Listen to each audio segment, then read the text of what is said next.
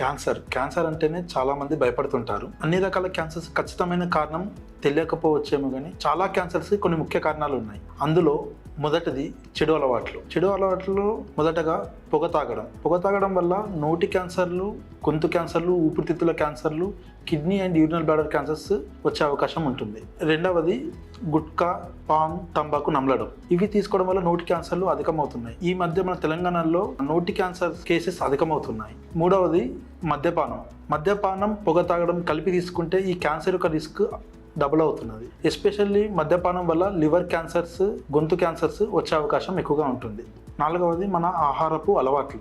అధికమైన processed foods, oily foods తీసుకోవడం వల్ల ఊబకాయం వస్తుంది. ఈ ఊబకాయం వల్ల పెద్ద పేగు క్యాన్సర్స్ వచ్చే అవకాశం ఎక్కువగా ఉంటుంది. స్త్రీలలో బ్రెస్ట్ క్యాన్సర్స్ వచ్చే అవకాశం ఎక్కువగా ఉంటుంది.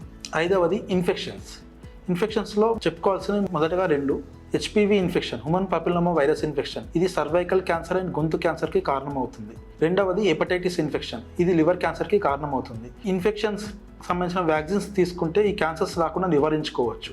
ఆరవది కెమికల్స్. పొలంలో పనిచేసే వాళ్ళు వాడే పురుగుల మందు వలన కావచ్చు, రసాయనాలతో పనిచేసే వాళ్ళకి బ్లడ్ క్యాన్సర్, ఊపిరితిత్తుల క్యాన్సర్ వచ్చే అవకాశం రిస్క్ ఎక్కువగా ఉంటుంది. ఏడవది అత్యంత ముఖ్యమైనది వంశపారపర్యంగా, ఫ్యామిలీ హిస్టరీ ఆఫ్ క్యాన్సర్స్ ఉన్న వాళ్ళకి క్యాన్సర్ అందరికీ వస్తుందని కాదు, కేవలం 30% మాత్రమే వచ్చే అవకాశం ఉంటుంది. కానీ క్యాన్సర్ ఫ్యామిలీ హిస్టరీ ఉన్న వాళ్ళు ప్రతి ఒక్కరూ రెగ్యులర్ చెకప్ చేసుకోవడం వల్ల ముందు దశలోనే గుర్తుంచుకోవచ్చు, లేదా క్యాన్సర్ రాకుండా నివారించుకోవచ్చు. ముఖ్యమైన విషయం ఏమిటంటే సరైన సమయంలో సరైన చికిత్స అందిస్తే క్యాన్సర్ వ్యాధిని అధిగమించవచ్చు.